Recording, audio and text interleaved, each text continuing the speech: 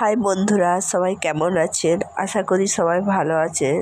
দেখুন, আজকে আমি চালের গুঁড়ো করব বলে আজকে আমি মিক্সি নিয়ে বসে পড়েছি। সেটাই আপনাদের সাথে শেয়ার করলাম, কিভাবে চালের গুঁড়ো করলাম। পুরোটা দেখবেন। আমি চালের গুঁড়ো করার জন্য চালগুলোকে নিয়ে নিলাম, নিয়ে মিক্সিতে এবারে আমি বসিয়ে দিলাম। বসিয়ে এবারে ঢাকনাগুলোকে হালকা হালকাভাবে আটকে দিচ্ছি, যাতে আর হাত দিয়ে না চিপে ধরতে হয়, আর ভিতরে চাল গুঁড়োটা তো ফাঁকে বেরিয়ে যাবে।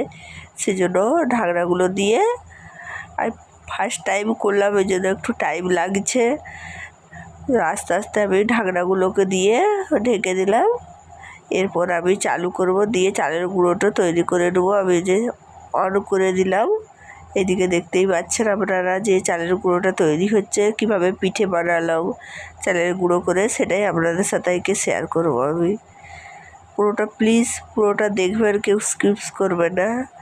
এবারে আমি ঢেলে দিলাম, ঢেলে দিয়ে এবারে চালেরটা চেলে দিচ্ছি। কত সুন্দর দেখুন গুঁড়ো হয়ে গেছে, চালের গুঁড়োটা কত সুন্দর বেরিয়ে গিয়েছে। এইভাবেই চালের গুঁড়ো তৈরি করে পিঠে বানাবো, সেটা আপনাদের সাথে সেকেন্ড ব্লগে শেয়ার করব। দেখুন কত সুন্দর পড়ে যাচ্ছে চালের গুঁড়োটা, পুরো মিহি হয়ে পুরো বেরিয়ে যাচ্ছে।